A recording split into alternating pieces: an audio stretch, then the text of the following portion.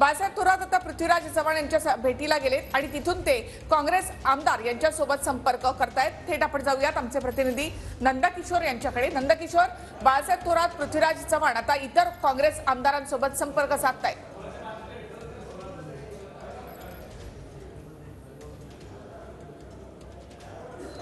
नक्कीच निखिला, आगे आगे देखो होता है काय हे देवेंद्र फडणवीसांच्या वाक्यानंतर आता काँग्रेसच्या गोटामध्ये आता वेग आलेला आपल्याला पाहायला मिळतोय। खरं तर अवघ्या 10 मिनिटांपूर्वी काँग्रेसचे नेते बाळासाहेब थोरात हे पृथ्वीराज चव्हाण यांच्या नरिमन पॉइंट या ठिकाणी असलेल्या ऑफिसमध्ये भेटीसाठी आलेले आपल्याला पाहायला मिळते।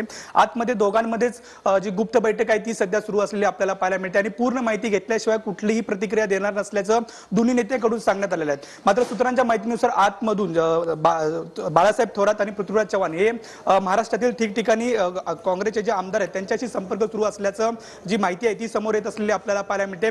त्यामुळे एकंदरीत काँग्रेसच्या गोटामध्ये सुद्धा मोठ्या हालचालींना वेग आलेला आपल्याला पाहायला मिळतोय। भाजपमध्ये काही पक्ष प्रवेश आता सुद्धा झालेले आहेत। येणाऱ्या केंद्रीय नेतृत्वाच्या उपस्थितीमध्ये आणखी पक्षप्रवेश होईल अशा बातम्या सुद्धा समोर येत आहेत। काँग्रेसचे नाना पटोले हे सुद्धा छत्तीसगडकडे रवाना झालेले आपल्याला पाहायला मिळतात आणि मुंबईमध्ये जे महत्त्वाचे नेते आहेत, ज्येष्ठ नेते आहेत, त्यांची सुद्धा आता बैठक सुरू असलेली आपल्याला पाहायला मिळते। सध्या आतमध्ये काँग्रेसचे नेते बाळासाहेब थोरात आणि पृथ्वीराज चव्हाण हे काँग्रेसचे दोन्हीही ज्येष्ठ नेते आहेत आणि ते संपूर्ण जे आमदार आहेत त्यांच्याशी संपर्क करत असल्याची जी माहिती आहे ती समोर येत असलेली आपल्याला पाहायला मिळते। त्यामुळे येणाऱ्या काळात नेमकं कोण कोण काँग्रेसला सोडचिठ्ठी देते आणि भाजपला जवळ करते ही सुद्धा पाहणं महत्त्वाचं आहे। मात्र आता या संपूर्ण घडामोडीनंतर आता काँग्रेस ऍक्शन मोडवरती आलेली आपल्याला पाहायला मिळते। बाळासाहेब थोरात आणि पृथ्वीराज चव्हाण यांच्या दोघांमध्ये बैठक सुरू आहे आणि ठिकठिकाणी आमदार जे आहेत त्यांना संपर्क करत असल्याची जी माहिती आहे ती समोर येते। निखिला, नक्कीच नंदकिशोर, आणि आपण पाहतोय की डॅमेज कंट्रोलसाठी पृथ्वीराज चव्हाण आणि थोरात यांचे प्रयत्न आता सुरू आहेत।